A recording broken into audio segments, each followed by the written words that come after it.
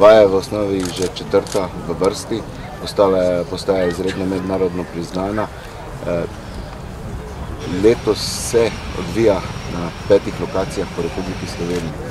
Vsaka od teh lokacij ima svojo tematiko. Tako imamo recimo od Sevnice, kjer imamo urbano bojevanje, pa do tega, kar ste videli tukaj v Murski Soboti, kjer se na nek način vračamo zopet k klasičnemu bojevanju, se pravi enota proti enoti. Enota v napadu in pa enota v obrambi z podporo zračnih sil. Praktično simulira se podpora tako z helikopterji kot z letali. Mi še vedno pravili, najhitrejša podpora, ki jo lahko enote na zemlji dobijo. Letala so hitra, zelo veliko ognjeno močjo in praktično so tista, ki lahko tako reagirajo. Kakšna je tu komunikacija?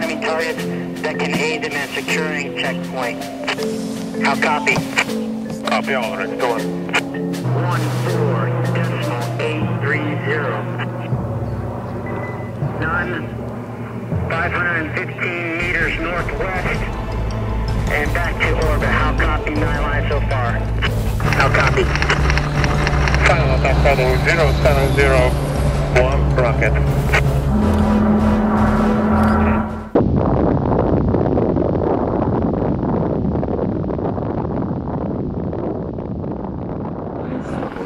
Projektov, ki jih tudi vodimo v 15. polku, odnosno Slovenski vojski, pa je tudi ustanovitev regionalne šole za usmerjevalce ognja iz zraka.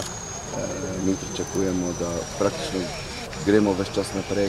V tem trenutku že obstaja oddelek usmerjevalcev ognja za zraka v 152. letalski eskadrili, za katerega pa upamo, da bo v naslednjem letu prerastel to eskadriljo in formirana ne bi bila prvo nacionalna, upamo pa da tudi regionalna šola. Konec konca tudi na tej vaji, če ste opazili od držav, ki sodelujejo, so praktično naše ciljne države tudi za to šolo, to so države iz regije, Madžarska, Avstrija, tudi proti Balkanu, tudi do Romunije smo letos prišli.